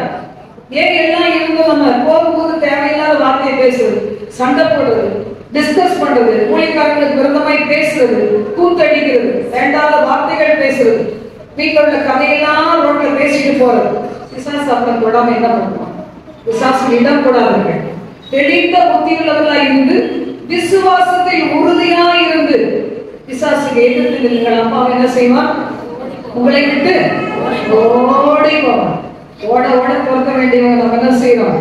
ஐயோ மேல ஏறிச்சு, இங்க வந்துச்சு, கண்ணுல வந்துச்சு, காதுல வந்துச்சு, உடம்புல ஏறி உட்கார்ந்துருச்சுன்னு சொல்றோம். அப்பனா என்ன? உங்களுக்கு தெரிந்த புத்தி இல்லை, ஏதோ தவறு பண்ணியிருக்கீங்கன்னா அர்த்தம். நான் பிசாசுக்கு இடம் கொடுத்து அவன் இடம் பிடிப்பான் பாருங்க. கவலைப்படுறது கூட ஒரு பாவம், முறுமுறுக்கிறது ஒரு பாவம். ஒரு ஊழியக்காரர் சொன்னார், ஒரு பிசாசு பயங்கரமா இருந்துச்சா, என்னன்னா கவலைப்பட வச்சு, கண்ணீர் படுத்த வச்சு அந்த அந்த ஒரு லேடியுடைய வாழ்க்கையை பாழாக்கிட்டு இருந்தது. அந்த ஊழியக்காரர் தனி ஜபத்துல அதை துரத்தி விட்டுக்கிறார். இது போயிடுச்சு. மறுபடி பாருங்க, ரெண்டாவது வாரம் முதல் வாரம் ஒழுங்கா இருந்தது, 2வது வாரம் அதே பிரச்சனையை வந்துதான். அப்ப பார்த்தா அந்த பிசாசு சொல்லுதான், நான் இங்க எங்க இருந்து நீ வந்த? இந்த டேர்னிங்ல தான் வந்தேன். எப்படி வந்த அப்படின்னா ஒழுங்காதான் இருந்தா, இங்க வரும்போது முன்கொடுத்தே வந்தா. என்னத்த ஆண்டவரை நம்ம வணங்கினா பிரயோஜனம்? ஒரு பிரயோஜனம் இல்லைன்னு போனா வந்தா. அடுத்த உடனே அதுக்கு இடம் பார்த்தேன், காலியா வந்து ஏறி வந்துட்டேன். அது ஒன்னா வராது, இன்னும் 7 கூட்டிட்டு வரும். 8 பிசாசு ஆகி போயிடும். நீங்க என்ன செய்வீங்க? 2 தடவை கீழே விழுந்து போயிடுச்சு நினைப்பீங்க. அது இன்னும் மீதி உட்கார்ந்து இடம் இருக்குதுல்ல, அவன் இடம் பிடிக்கிறான். எத்தனை பேர் முறுமுறுக்கிறீங்க பாருங்க, எத்தனை பேர் அலட்சியம் பண்றீங்க, எத்தனை பேர் கவலைக்கே முழு இடம் கொடுத்துட்டு எப்போது டிப்ரெஷன்லயே இருக்கிறீங்க. அதெல்லாம் ஒரு ஸ்பிரிட், அந்த ஆவிகள் துரத்தப்படணும். ஆனால் தான் நம்ம அந்த நேரத்தில் பலவீனமாயிடும். ஆண்டவருடைய வார்த்தை சொல்லுது, நீ வெள்ளியை தேடுவது போல, பொன்னை தேடுவது போல, புகையலை தேடுவது போல தேவ பயத்தை தேடு. 7ஆம் வசனம் சொல்லுகிறது, அவர் நீதிமான்களுக்கு என்று என்ன செய்கிறாரா? மெய் ஞானத்தை வைத்திருக்கிறார். உத்தமமாய் நடக்கிறவர்களுக்கு அவர் கேடகமாய் இருக்கிறார். நம்முடைய தேவன் நல்லவர். ஹல்லேலூயா. அந்த வார்த்தைகள் எல்லாம் நம்ம கீழ்ப்படிந்து நடக்கிறோமா? நம்முடைய வாழ்க்கையை சரியா நடக்க முடியாது. வழிகள் என்ன செய்யுமா? தாறுமாறாய் மாறி நம்முடைய வாழ்க்கையை அழித்து விடும். இன்னைக்கு எத்தனை பேர் எய்ட்ஸ் பேஷண்ட் இருப்பாங்க தெரியுமா? உங்களுக்கு தெரியாது, ஆனா நிறைய பேர் இருக்கிறாங்க. ஒருத்தவங்க சொன்னாங்க எப்படின்னா, அந்த வலசவாக்கம் பகுதியிலே அவ்வளவு பேர் எய்ட்ஸ் வியாதியால் பாதிக்கப்பட்டவங்க இருக்கிறாங்க. என்ன செய்ய தெரியாது, வெளியே தெரியாது. வெளியே என்ன சோபா தான் இருக்கும் வாழ்க்கை. 5 வருஷம் கழிச்சு வரும். ஒரு வயிற்று வலி வந்ததுன்னா அந்த வயிற்று வலிக்கு மருந்தே கிடையாது. அப்பதான் தெரியும், ஐயோ நான் அன்னைக்கு செஞ்ச பாவம் 5 வருஷம் கழிச்சு என் வாழ்க்கையை பாதிச்சுச்சேன்னு தெரியும். அப்ப என்ன செய்யணும்? அந்த சரீரத்தை தேவனுடைய ஆலயமாக காப்பாற்ற வேண்டியது அவசியம். தன் இச்சைக்கு, தன்னுடைய இஷ்டத்துக்கு விடப்பட்ட பிள்ளையா நம்ம இருக்கக்கூடாது. ஏசப்பாவுக்கு சொந்த பிள்ளையா. சில பேர் நினைப்பாங்க, அதான் மருந்து மாத்திரம் கண்டுபிடிச்சாங்களே, அதெல்லாம் காப்பாற்ற முடியும். எவ்வளவு அவமானம் பார்த்தீங்களா? இன்னைக்கு நமக்கு இருமல் வந்தாலே என்ன செய்யறோம்? ஐயோ நான் இன்னும் எல்லாரும் தப்பா நினைப்பாங்க. இருமல் வந்தா, ஜுரம் வந்தா, இதை வரக்கூடாதுன்னு வந்த மாதிரி. அது வந்திருக்கு எதுக்காக? நீங்க உங்களை பாத்துக்காதுக்காக. நான் ஒரு வீட்டுக்கு வாடகைக்கு போயிருந்தேன். அந்த வீடு பாத்தீங்கன்னா முழுச அப்படியே இந்த கிச்சன்ல இருக்கும் பாத்தீங்களா, கிரீஸ் மாதிரி ஒட்டிருக்குவேன். அது அந்த வீட்டுல அதுதான் முழுக்க இருந்துச்சு. நானும் வந்துட்டு இன்னமும் நல்லா இருந்த மாதிரி இருந்தேன். அந்த வீட்டுல போனது வந்து மூக்கையே அடைச்சு போச்சு. அந்த வீட்டுல அப்புறம் ஆளுகளை கூப்பிட்டு எவ்வளவோ காசு கொடுத்து அந்த வீட்டை கிளீன் பண்ணி, எத்தனையோ தடவை கிளீன் பண்ண அப்புறம் தான் கொஞ்சம் பரவாயில்ல இருந்து. ஒரு சில ரூம் அப்படிதான் 15,000 ரூபாய் வாடகை கொடுத்து நான் இருந்தேன். சும்மா இல்லை வீடு. அப்ப வீட்டுல போனதுல என்னமோ பீசிங் எடுக்கிற மாதிரி ஆயிடுச்சு. என் வாழ்க்கையிலே ஒரு நாள் கூட அந்த மாதிரி என்ன சொல்லுவாங்க, நெப்ளைசர் வச்சதே கிடையாது. என் வாழ்க்கையில முதல் தடவை வச்சேன். எப்போது இவ்வளவு எது இருக்குது உங்களுக்கு, அதை வச்சுதான் ஆகணும் அப்படின்னு சொன்னாங்க பாருங்க. அது வரைக்கும் வச்சதே கிடையாது என் வாழ்க்கையில. அது என்னன்னே தெரியாது. பயப்பட நாளைக்கு என்னடா எதுக்கே வைக்கிறாங்க. முதல் தடவை. காரணம் என்ன? அவ்வளவு அசுத்தம் அந்த வீட்டுல. சுவாசிக்கிற காத்துல சுத்தமே இல்லை. அது நிமித்தமா பாருங்க, நெப்ளைசர் வைக்க வேண்டிய அளவுக்கு என்னுடைய காப்பு, கோல்டு, பீனிஷ் வந்து கஷ்டப்பட்டேன். அநேக நேரத்துல பல விதங்களும் உடைய சரீரம் பாதிக்கப்படலாம். ஆனா அதை ஏற்றுக்கொள்ளக்கூடாது, எதிர்த்து நிற்கணும். வியாதியை கொடுக்கிற ஆவி என்ன செய்யணும்? எதிர்த்து நிற்கணும். கால் வலி நிற்போம், கால் வலிக்கதான் செய்யும். அவனுக்கு நான் இடமே கொடுக்கல, அவனை நினைக்கல, இயேசுக்காக நிற்கிறேன். ஹல்லேலூயா. என்னை பலப்படுத்துகிற கிறிஸ்துவினாலே எல்லாவற்றையும் செய்து முடிக்கிறது பலன் உண்டு. யார் சின்ன பிள்ளைங்க கத்துறது தெரியலையா? இருக்குது தெரியல, சத்தம் போடுறது தெரியலையா, பேசுறது தெரியலையா? அதுக்குதான் உங்களை உட்காச்சு. ஹல்லேலூயா. இப்ப கர்த்தர் நல்லவர் பாருங்க. நம்ம ஆண்டவருடைய பிள்ளையாய் அவருக்குள்ள நிலைத்திருந்து அவருக்குள்ள நம்ம இணைந்து நடந்தோமானா தேவன் எந்த பஞ்ச காலத்திலே என்ன செய்வார்? அருமையாய் நம்மை ஆசீர்வதிப்பார். எலியாவை தேவன் எவ்வளவு நல்ல ஆசீர்வதித்தார் பாத்தீங்களா? 1 ராஜாக்கள் 17ஆம் அதிகாரத்துல நம்ம வாசிக்கிறோம். முதல் வசனத்திலிருந்து வாசிக்கலாம். ஹல்லேலூயா. 16 வசனங்கள் வரைக்கும் இருக்குது. நீங்க வாசித்து கொடுங்க. 1 முதல் 16. கீலேயோத்தின் குடிகளிலே கிஸ்பியனாகிய எலியா ஆகாபை நோக்கி, என் வாக்கின்படியே அன்றி இந்த வருஷங்களிலே பனியும் மழையும் பெய்யாதிருக்கும் என்று இஸ்ரவேலின் தேவனாகிய கர்த்தருக்கு முன்பாக நிற்கிற நான் அவருடைய ஜீவனை கொண்டு சொல்லுகிறேன் என்றான். வாயின் வார்த்தைகள் எப்படி இருக்கு பாத்தீங்களா? ஒரு தீர்க்கதரிசியுடைய வாய் என்ன செய்யணும்? அதிகமா கவனிக்கணும். நம்ம எல்லாரும் ஆண்டவருடைய பிள்ளைகள். அது சொல்ல நீ பேசினா நடக்கும்னு சொல்றாரு பாருங்க. உலர்ந்த எலும்புகளை உயிர் பெற செய்கிற வல்லமை கர்த்தருடைய பிள்ளைகளுக்கு கொடுப்பார். உண்மையான கர்த்தருடைய பிள்ளைகளுக்கு ஒவ்வொரு நாடு என்ன செய்யணும்? ஆசாரியர்களின் உதடுகள் அறிவை காக்க வேண்டும். ஞானம் நிறைந்த வார்த்தைகள் அதுதான் பார்ப்பாங்க. உதடுகளை அந்த அசைக்கிறவன் ஓயாம அலப்புகிறவன் கூட பேசாதுன்னு சொல்லிடு. வாய்த்தா அப்பாடா என்ன வைப்பாங்க அந்த மாதிரி பேசுறவங்களோட நம்மளே பேசக்கூடாதுன்னு சொல்லி. அப்ப அந்த உதடுகளை காக்க வேண்டும். இன்னைக்கு நம்மளெல்லாம் ஆண்டவர் பெருசா நினைச்சிருக்கிறார். நம்ம என்ன நினைக்கிறோம்? சாதாரணமா நினைச்சிட்டு ஊர் கதையெல்லாம் பேசுறப்பாங்க. 24 மணி நேரம் சிஸ்டம் இருக்காங்க. அவங்க போனது வந்து நான் ஸ்டாப் போன். ராத்திரி எப்படியும் ஒரு 12 மணி வரைக்கும் பேசுவாங்க நினைக்கிறேன். அது என்ன செய்யறாங்கன்னா இங்க வந்தோட டயர்ட் அப்படியே. ஏன்னா மனுஷங்க பேசுற பேச்சுதான். காலையில பேசினா என்ன அவங்களுக்கு எவ்வளவு வயிறு பசிக்குது தெரியுமா? வலிக்குது, வலி பசிக்குது, தண்ணி குடிக்கும் போல இருக்குது, எல்லாத்தையும் தாங்கிட்டு தான் உருண்டு இருக்கு. அப்ப பாத்தீங்கன்னா உதடுகளின் வார்த்தை இந்த எலியா என்ன சொல்றாரு, ஆகா பிராதர்ட்ட சொல்றாரு, நான் சொன்னாலுடைய இந்த தேசத்துல மழையே பெய்யாது அப்படின்னு சொல்றாரு. அப்படியே மழை நின்னே போயிடுச்சு. சில பேர் சொல்லுவாங்க கருப்பா நாக்கு இருந்துச்சுன்னா சொல்லுவாங்க, என் ஹஸ்பண்ட் சொல்லுவாங்க கருணாக்கு என்ன சொன்னா நடக்கும், இதுக்கு ஜாக்கிரதையா இருக்குடா அப்படின்னா. இந்த பிள்ளைகள் அவங்களும் ஒரே சரி, நான் என்னைய மட்டும் தனியை விட்டுருவாங்க. பாத்தீங்கன்னா சில பேர் அது ஒரு பெருமை, நாக்கு எப்படி தெரியுமா கருப்பா நாக்கு கை வைக்காம இருப்பாங்க. ஏன் வந்துச்சு முன்னாள் கருப்பாயிடுச்சு அப்படின்னு அவர் சொல்லுவார். பார்த்தீங்களா நாக்கு என்னது கருப்பா இருக்கும், நான் சொன்னா நடக்கும், ஜாக்கிரதை அப்படி மிரட்டி வைப்பார். ஆண்டு சொல்றார், நீ நல்லா இருக்கணும்னா மற்றவங்க ஆசைப்படும், நீ நாசமா போனா எல்லாத்தையும் சமை. அதான் சில பேர் பாருங்க தாங்களே மோசமா தான் இருப்பாங்க. ஒரு அம்மா இருந்தாங்க, அவங்க இறந்து போயிட்டாங்க. அந்த அம்மா அப்படிதான் சொல்லுவாங்க, அவங்களே கிட்டதை தான், அவங்களுக்கு சின்ன வயசுலயே அவங்க ஹஸ்பண்ட் இறந்துட்டாரு. இவங்களுக்கு என்ன பெருமைனா ஒரு நாள் கோபம் வந்துச்சாங்க. அந்த அந்த அந்த கிராமத்துல உள்ளவங்க எல்லாம் சபிச்சுட்டாங்க. ஒரு சில பேர் சபிச்சாங்க, உங்க ஹஸ்பண்ட் இறந்து போயிட்டாரு. இது அவங்களுக்கு ஒரு பெருமை.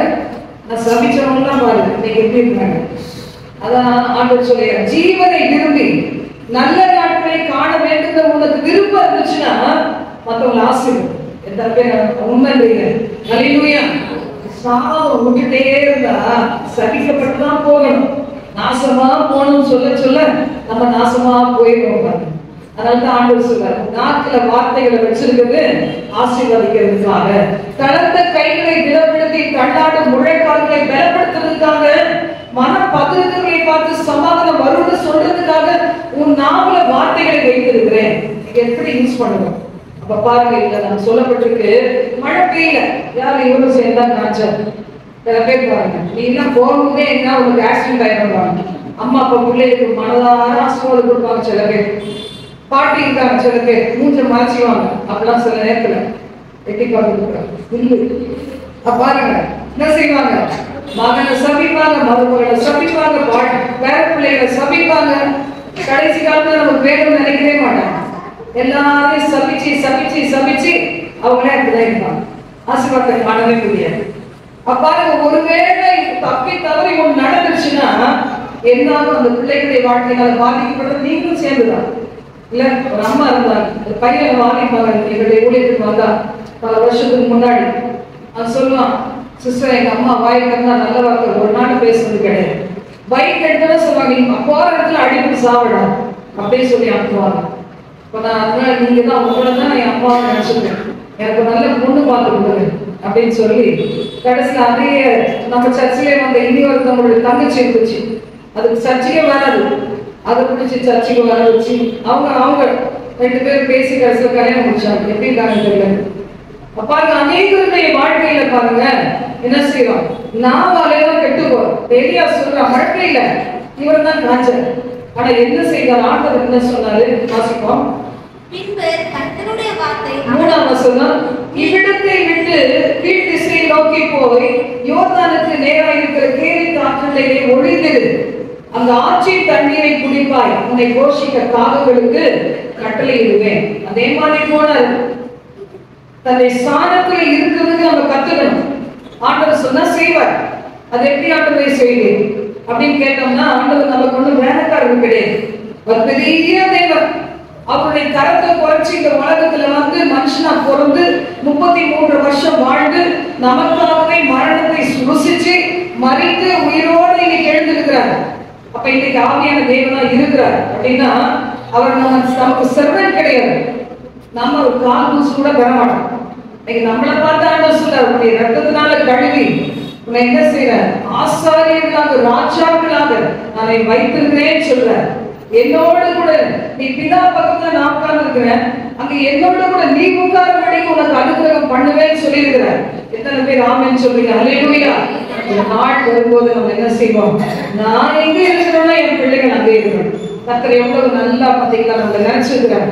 சில வீட்டுல எல்லாம் பாத்தீங்கன்னா வேலை செய்யறவங்க எல்லாம் மட்டமா ட்ரீட் பண்ணுவாங்க.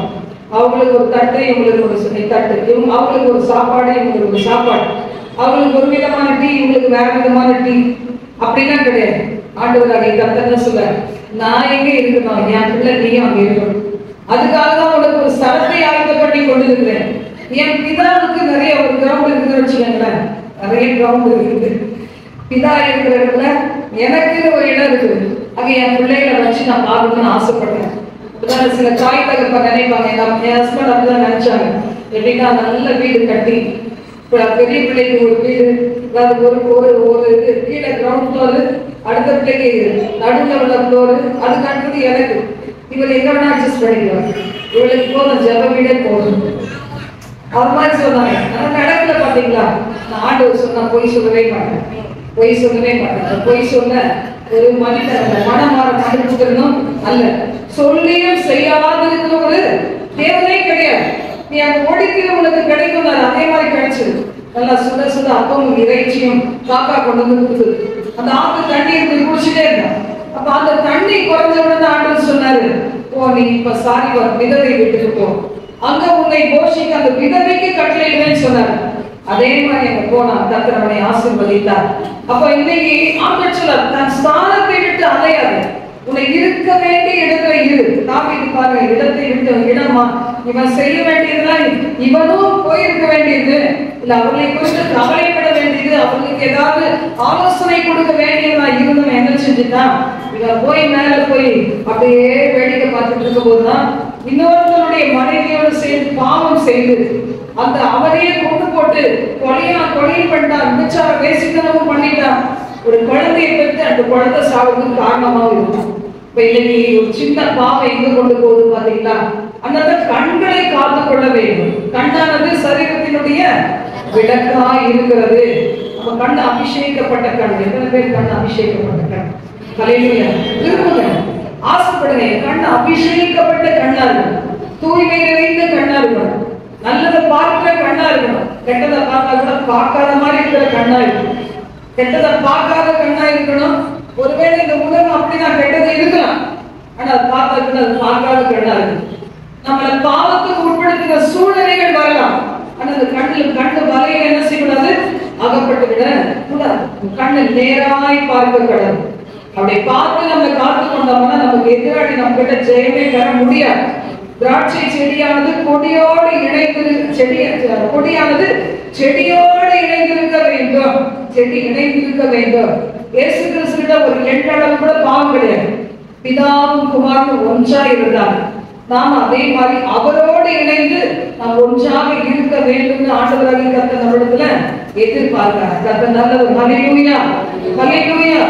அதே மாதிரி பாத்தீங்கன்னா 2 ராஜாக்கள் 4ஆம் அதிகாரத்தை எடுத்துக்கிட்டீங்கன்னா இதுல நம்ம வாசிக்கிறோம், சூனேமியாளுக்கு ஒரு குறை இருக்கிறது. அந்த குறை எப்படி நிறைவாய் மாறினது அப்படின்னா, இந்த சூனேமியாள் யாரை வந்து போஷித்தாங்க, எலிசாவை போஷித்தாங்க. எலிசாவை வந்து பாக்குறாங்க, இவன் நல்ல பரிசுத்தமானதா இருக்கிறான், இவனை கனம் பண்ணுவோம்னு சொல்லி என்ன செய்தாங்க, அவங்க ஹஸ்பண்ட் பெர்மிஷனோட எலிசாவுக்கு இடம் கொடுத்து நல்லா பராமரிச்சாங்க, போஷித்தாங்க. ஆனா அந்த நேரத்துல அப்ப அவனுக்கு என்ன குறை இருக்குதுன்னு அந்த எலிசா என்ன செய்யறான், விசாரிக்கிறான். இவ்வளவு தூரம் என்னை விழுந்து விழுந்து கவனிக்கிறாங்களே, அவளுக்கு என்ன குறை இருக்கும்? இன்னைக்கு ஆண்டவருக்கு நீங்க உண்மை அறிந்து பாருங்களேன், ஒரு ஆராய்ந்து பார்க்கிறது. இன்னைக்கு என் பிள்ளைக்கு என்ன குறை இருக்கும், எதுக்காக கவலையா இருக்கா, எதுக்காக கண்ணீர் வடிக்கிறார், எதுக்காக வேலை செய்யாம படுத்துட்டு இருக்கிறா, இவளுக்கு என்னதான் இருக்குது, ஆண்டவர் விசாரிக்கிறது. கர்த்தருக்கு ஊழியம் செய்து நான் வீட்டுக்கு போனா எப்படி இருக்கும், காலை வைக்க முன்னாடி மகா அப்படிதான் செய்யும், கால் பட்டு பக்கத்துல பட்டுது, காலை வச்சு எட்டி எட்டி மிதிக்கணும். ஏன்னா அவ்வளோ பெயினா இருக்கும். அப்ப வந்து நான் ஊழியம் செய்வோம், அப்பவே வலிதான், இன்னும் கொஞ்சம் வலிதான். நான் இப்ப பாத்தீங்கன்னா ஆண்டவரே இருக்கும், ஆழ்ந்த நித்திரையை கொடுத்து ஒரு ஜாமன எண்ணெயை நல்லா பூசிட்டு கொஞ்சோட ஒரு ஆயில் ஒரு டிராப்பை எடுத்து ஒரு நல்ல சுடுதண்ணில ஊற்றிட்டு குளிச்சா போதும், அந்த கால்கள் எங்க போதுன்னே தெரியும். ஹல்லேலூயா, ஹல்லேலூயா. கர்த்தரே பரிகாரியாக இருக்கிறார். எந்த மனுஷன் இல்லைன்னா ஆண்டவர் வந்துருவாங்க.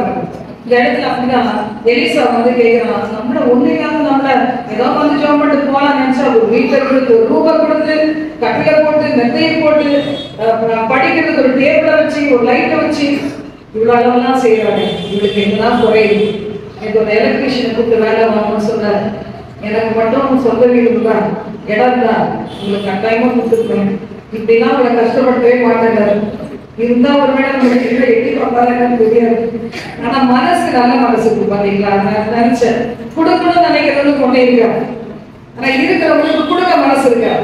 இவ்வளவு நீங்க செலவு பண்றீங்களா, என்ன பண்றது? பேசிக் தண்ணி எல்லாம் வெளியே போனா அது பிரச்சனை ஆகும். அதுக்கு ஒரு நம்ம 2400 ரூபாய் செலவு பண்ணா அதை சரிப்படுத்த முடியும். அப்ப எனக்கு ரொம்ப கஷ்டமா இருக்கு, நீங்க இவ்வளவு செலவு பண்றீங்க அப்படின்னா என்ன பண்றது? நம்ம இருக்கணும்னா நல்லா இருக்கணும்னா செய்தான் ஆகும். ஆண்டவருக்காக விதை. ஹல்லேலூயா. ஆண்டவருக்காக கொடுக்கிற எதுவுமே வீட்பார். என்னுடைய ஃப்ரெண்ட் அந்த நம்ம முன்னாடி இருந்த அந்த பில்டிங்ல இருந்த இடத்துல நல்ல அருமையான ஒரு பாத்ரூம் வச்சு கட்டி கொடுத்தார். என்ன பண்ண முடியும், வரும்போது பேருக்காக வர முடியும். அது கிட்டத்தட்ட அப்போவே 15,000 ரூபாய் ஆச்சு. என்ன பண்ண முடியும்? அஸ்திபாரத்துக்கு நிறைய பேர் ஒரு 60,000 60,000 30,000 ஆகும் 90,000 ரூபாய் கொடுத்தாங்க அஸ்திபாரத்துக்கு மட்டுமே. அதை என்ன பண்ண முடியும்? பேருக்கிட்ட வர முடியும். கர்த்தருக்கு தெரியும்ல இன்னைக்கு நம்முடைய நிலைமைனா ஆண்டவருக்கு தெரியும். கிறிஸ்துவுக்காக இழந்த யாருமே தரித்திரமானதே கிடையாது. ஹல்லேலூயா. ஈமானா நீ அன்கரவா ஷமரா அதுவி நீ அன்கரவா. ஹல்லேலூயா. கர்த்தருக்கு கொடுத்து யாரும் எப்படியே போனதே கிடையவே கிடையாது. இதுல பாருங்க, இந்த எலிசாவை போஷித்த அந்த சூரியமியாளுக்கு ஆண்டவருடைய வார்த்தை வருது. அடுத்த முறை வரும்போது ஒரு குழந்தைய வச்சுட்டு இருப்பேன், அதே மாதிரி குழந்தை பிறகுது. ஆனா அந்த குழந்தைக்கு ஒரு பிரச்சனை வரும்போது பாருங்களேன், என்ன செய்யறான்? நேரா எலிசா கிட்ட தான் போறான். நம்ம என்ன செய்வோம்? வீட்டுக்கார கூப்பிட்டு பாரு நாடு தான் இவனுக்கு நல்லது செஞ்சோம், கடைசியில் ஒரு பிள்ளை வேணாம்னா நம்மளுக்கு பிள்ளை பெற வேண்டிய வயசாது, பிள்ளைய பெருவாயின்னு சொல்லி பிள்ளைய வர வச்சுட்டு பிள்ளை வார்த்தைப்படி பிள்ளை பிறந்தது தப்பா எடுத்துக்கூடாது. அதனால தேவ ஊழியர் ஆசீர்வதிச்சாரு. அந்த ஆசீர்வாதம் அந்த மகள்களை சூதேமியாட்களை இறங்கி அருமையான ஒரு ஆண் பிள்ளையை கர்த்தர் கொடுத்தார். அதுதான் மறிச்சு போயிடுச்சு. ஆனா என்ன செய்யல, அவங்க ஊழியக்காரர் திட்டல. ஊழியக்காரருக்கு என்ன பண்ணல, திட்டல. நான் வீட்டு ஆறு எல்லாரையும் கூட்டு போய் கம்பெடுத்து அடிக்கிறதுக்கு போல. இவன் என்ன செய்யறான்? யாரு இந்த குழந்தைய ஆண்டவருக்கு வாங்கி கொடுத்தாரு அவர்கிட்டயே நான் போறேன்னு சொல்லி போய் பாத்தீங்களா என்ன நடந்தது வாசிக்கலாம். அவள் என்ன செய்கிறாளா? அப்பொழுது அவள் நான் என் ஆண்டவன் 21 வாசிக்க. அப்பொழுது அவள் ஏறி போய் அவனை தேவனுடைய மனுஷனின் கட்டிலின் மேல் வைத்து, பெட்ல கூட தேவ பிரசனம் இருக்கும். பெட்ல கூட என்ன செய்யணும்? தேவ பிரசனம் இருக்கணும். அப்போஸ்தலருடைய கச்சைகள் உருமால்கள்ல கூட என்ன இருந்தது? தேவ பிரசனம் இருந்துச்சு. அப்படிதான் யாருக்கு கொடுத்தாலும் ஜெபம் பண்ணி கொடுப்பேன். என்னுடைய வஸ்திரத்துல இருந்து புறப்படுகிற வல்லமை அவங்களுக்கு ஆசீர்வாதத்தை கொடுக்கணும். அந்த இருளை தொடக்கூடாது. முன்னாடி இருள் தொட்ட காலம் உண்டு. இருள் தொடக்கூடாது. என்கிட்ட இருக்கிற அபிஷேகம் அவங்களுக்குள்ள போகணும். என்கிட்ட இருக்கிற வல்லமை அவங்களுக்குள்ள போகணும். என்கிட்ட இருக்கிற நன்மைகள் போகணும். சில நேரம் ஜெபம் பண்ண என்கிட்ட இருக்கிற குறைகள் தவிர எல்லாம் போகணும். அது மாதிரி நம்ம ஆசீர்வதிக்கிறான் தேவன் நம்ம வச்சிருக்கிறார் பாருங்க. இதுல பார்க்கும்போது அவள் என்ன செய்யறாளா? புருஷனிடத்துல ஆள் அனுப்பி சீக்கிரமாய் தேவனுடைய மனுஷன் இருக்கிற இடத்து வரைக்கும் போகணும். ஒரு கழுதை அனுப்பு சொல்லி கழுதை மேல சேதம் வைத்து போகிறா பாருங்க. என்ன இன்னைக்கு ஒன்றும் ஒரு ஸ்பெஷல் டே கிடையாது, எதுக்கு சர்ச்சுக்கு போற அப்படியே தேவனுடைய மனுஷனை பார்க்க போற அப்படின்னு சொல்லும்போது என்ன செய்யறா? சும்மாதான் சொல்லிட்டு போயிடா. போயிட்டு என்ன செய்யறா? எலிசாவை கூட்டிட்டு வந்து தன் பிள்ளைய உயிரோட பார்க்கிற வரைக்கும் விடவே இல்லை. அவளுடைய ஸ்தானத்துல இருந்தா, அவளுடைய பொறுப்புல கடமையில கரெக்டா இருந்தா, பச்சை கொண்ட வேண்டிய விட பச்சை கொண்டா. ஒரு ஆபத்து நேரத்துல கூட புத்தி கசகி போகாம இருந்தார். இப்படி நம்ம வாழும்போது கர்த்தர் சொல்றார், நீ எனக்கு அநேக கனிகளை கொடுப்பாய், நான் உன்னை மகிமைப்படுவேன். கனி கொடுக்காத வாழ்க்கை வாழ்ந்துட்டே இருந்தா ஒரு நாள் உன்னை சுட்டெரிக்கிறதுக்கு ஒப்பு கொடுப்பேன். சபையில கூட வந்து உட்கார்ந்துட்டு அப்படி சும்மா வந்து உட்கார்ந்து போனவங்க ஆண்டவர் என்ன செய்வார்? வச்சிருப்பார். வேணாம் கூட கொண்டு வந்து வைப்பார். ஒரு நாள் வரும்போது ஒரு கத்தைய கட்டி என்ன செய்வார்? அக்கினியில சுட்டரிக்க ஒப்பு கொடுப்பார். நரகத்துக்கு தான் போய் விழணும். பாத்தீங்கன்னா தேவ சமூகத்தில் எப்படி இருக்கணும்? ஜாக்கிரதையோடு கூட இருக்க வேண்டும். நமக்கு ஒரு ஸ்தானத்தை வச்சிருக்கிறார். அந்த ஸ்தானத்துல நாம் ஜாக்கிரதை உள்ளவர்களாக இருக்க வேண்டும். ஆதாம் ஏவாளுக்கு பாத்தீங்களா அருமையா எல்லாமே படிச்சு நீ என்ன பண்ணுவா, நீ பார்த்து கொண்டு இங்க சந்தோஷமா இருந்தா சொன்னார். ஆனா ஏவாள் வஞ்சிக்கப்பட்டு ஆதாம் வஞ்சிக்கப்பட்டு கர்த்தர் விலக்கின கனியை புசிச்சதுனால என்ன செய்யப்பட்டாங்க? அந்த ஆசீர்வாதத்திலிருந்து துரத்தப்பட்டாங்க. உங்களுடைய வாழ்க்கையில் உங்களுடைய கணவனுக்கு உண்மையா இருங்க, மனைவிக்கு உண்மையா இருங்க, பிள்ளைகளுக்கு பெற்றோர் உண்மையா இருங்க, சபைக்கு விசுவாச பிள்ளைகள் உண்மையா இருக்கணும், ஊழியக்காரர்கள் நம் கர்த்தருக்கு உண்மையா இருக்கணும். அப்படி இல்லைன்னா ஒருவேளை கணவன் இல்லைன்னா கர்த்தருக்கு உண்மையா இருக்கணும், ஆத்ம மனவாளனுக்கு உண்மையா இருக்கணும். எனக்கு தான் பார்க்க யாரும் இல்லை எப்படின்னா வாழ்ன்னு சொல்லக்கூடாது, கர்த்தருக்கு உண்மையா இருக்கும். அப்படி வாழும்போது பார்த்தீங்கன்னா உண்மையுள்ள மனுஷன் என்ன செய்வானா? பரிபூர்ண நன்மைகளை பெறுவான். ஹல்லேலூயா, ஹல்லேலூயா. ஊருக்கெல்லாம் உண்மையா இருக்கு, வீட்டுக்கு உண்மையா இல்லாம போனா வேஸ்ட். ஊரெல்லாம் சொல்லிட்டு வீட்டுல வந்து சண்டை போட்டு இருந்தா அது வேஸ்ட். நிறைய ஜென்ஸ் என்ன செய்வாங்க? வெளியே போறவங்க எல்லாரையும் நம்புவாங்க, வீட்டுக்கு வைப்ப மட்டும் நம்ப மாட்டாங்க. அவங்க கிட்ட மட்டும் பணமே கொடுக்க மாட்டாங்க. எல்லாருக்கும் அள்ளி கொடுத்து நீங்க வரும்போது எங்கே வரும் கேட்டு வாங்கி 10 ரூபாய் கூட அப்படிவாங்க. அவங்களால முழுமையான நன்மை பெற முடியும். அதே மாதிரிதான் மனைவியும் அப்படிதான். யாரா இருந்தாலும் நமக்கு ஆண்டுக்கு முன்னாடி ஆணுக்கும் பெண்ணுக்கும் இல்ல, எல்லாரும் ஒண்ணுதான். இன்னைக்கு நாம் உண்மையாக இருப்போம், அதை நம்மை ஆசீர்வதிப்பார். உங்களுடைய ஸ்தானத்தை விட்டு விலகாதே. அப்படி எழுந்து ஜெபம் பண்ணலாமா? நாடுகளே வந்து நாங்கள் நன்றி செலுத்துகிறாப்பா. சின்ன பிள்ளைங்க எழுந்து நின்று ஜெபம் பண்ணுங்க.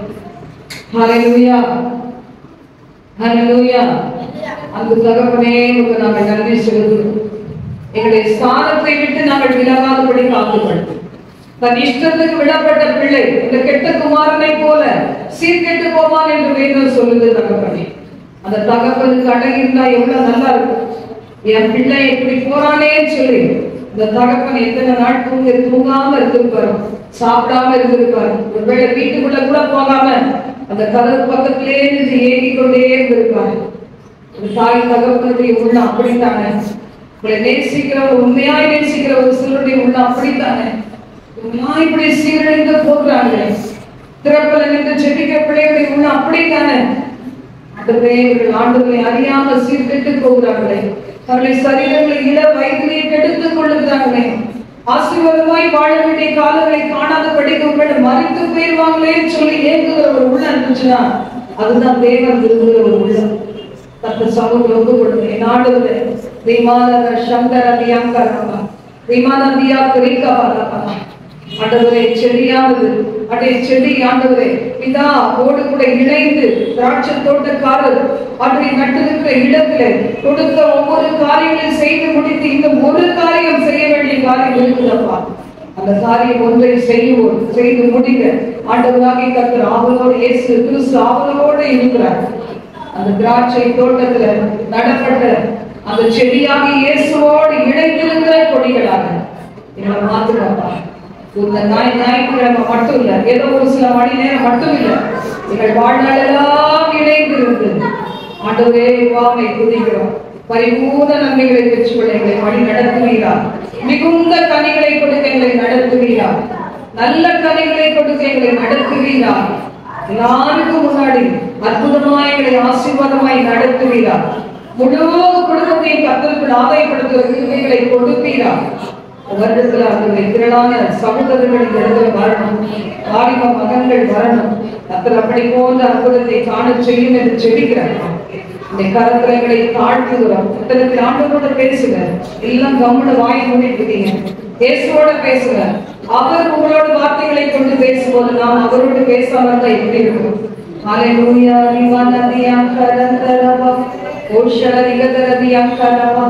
பிரச்சனை தீர்ற வரைக்கும் உண்மை நான் பற்றிக் கொள்ளுவேன். ஆண்டவரே சோதரிக்கிறேன், செய்யக்கூடாத காரியங்களை நான் இனி செய்ய மாட்டேன். பதட்டப்படாதபடிக்கு என் கர்த்தரின் சித்தம் செய்ய ஒப்பு கொடுப்பேன் சொல்லுங்க. தாவீதை போல பொறுப்பு நிறைந்த காரியம் என் கையில கொடுக்கப்பட்டிருக்கும் போது அந்த பொறுப்பை உதறிவிட்டு சிற்றின்ப மயக்கத்திலே திரிய மாட்டேன்னு சொல்லுங்க. பணாசையில நான் திரிய மாட்டேன் ஆண்டவரே. புகழை தேடி ஓடி போய் கொண்டே இருக்க மாட்டேன் ஆண்டவரே. உன்னை நான் மகிமைப்படுத்துகிறேன், அருமையான வாழ்க்கை வாழ என்னை ஒப்புக் கொடுக்கிறேன்னு சொல்லுவீங்களா? எவ்வளவு எங்க நிக்கணுமா அங்க நிக்காதனால, எங்க இருக்க வேண்டுமா அங்க இருக்காதனால, யாருக்கு கீழ்ப்படிய வேண்டுமோ கீழ்ப்படியாததுனால இவ்வளோ வேதனைகளை சந்திக்க வேண்டியிருக்கு. ஏசப்பா மன்னியும் ஆண்டவரே, உடைய பாவங்களை மன்னியும், குறைகளை மன்னியும், குற்றங்களை மன்னியும். ஆண்டவரே, இந்த கருத்துல ஒரு பொழுது செவிக்கிறப்பா. யூடியூப்ல, பேஸ்புக்ல, வாட்ஸ்அப்ல, மெசஞ்சர்ல இணைக்கப்பட்டிருக்கிற பிள்ளைகள், கூகுள் மீட்ல இணைக்கப்பட்டிருக்கிற பிள்ளைகள், சின்ன போன்களை இணைக்கப்பட்டிருக்கிற பிள்ளைகள் ஒவ்வொருவருக்கும் ஆண்டவரே இரக்கம் செய்வீரா. ஆண்டவரே, நீர் வைத்திருக்கிற இந்த ஸ்தானத்துல சூரியன் இருக்க வேண்டிய இடத்துல, சந்திரன் இருக்க வேண்டிய இடத்துல, நட்சத்திரங்கள் இருக்க வேண்டிய இடத்துல, பூமி இருக்க வேண்டிய இடத்துல, கடல் இருக்க வேண்டிய இடத்துல, நதிகள் ஆறுகள் இருக்க வேண்டிய இடத்துல இருக்கிறதுனால அப்பா எல்லாமே ஆசீர்வாதமாய் மாறுகிறது ஆண்டவரே. அப்படியே எங்களுடைய ஸ்தானத்துல எப்பொழுது வேலை செய்யற ஸ்தலத்துல படிக்கிற ஸ்தலத்துல காலேஜ்ல அங்கங்க நாங்கள் சாட்சிகளாய் இருக்க ஒரு கட்டுப்பாட்டுக்குள்ளாக நாங்கள் வாழ எங்களுக்கு கிருபைக்காக நாமத்தை மகிமைப்படுத்துகிறார். ஒவ்வொருவரையும் அணைத்துக் கொள்ளும் ஆசீர்வாதம் பெரிய காரியங்களை எதிர்பார்க்கிறோம். நாமும் கொஞ்சம் மகிமைப்படுத்த காத்துக்கொள்ளும் துணிகர மகிமையெல்லாம் ஒருவருக்கே செலுத்துகிறோம். இயேசுவின் நாமத்தில் ஜெபிக்கிறோம் பிதாவே. ஆமென் ஆமென். நாத்துமாவே கர்த்தரை ஸ்தோத்திரி, என் உள்ளமே பரிசுத்தத்தை ஸ்தோத்திரி. நாத்துமாவே கர்த்தரை ஸ்தோத்திரி, கர்த்தரை சாலமாக மறவாதே. ஆமென். நம்முடைய கர்த்தராகிய இயேசு கிறிஸ்துவின் கிருபையும் பிதாவாகிய தேவனுடைய அன்பும் பரிசுத்தாவின் அந்யோன்யமும் சமாதானமும் சந்தோஷமும் என்றும் என்றும் சதா காலங்களிலும் இருப்பதாக. ஆமென் ஆமென். ஹல்லேலூயா ஹல்லேலூயா ஹல்லேலூயா.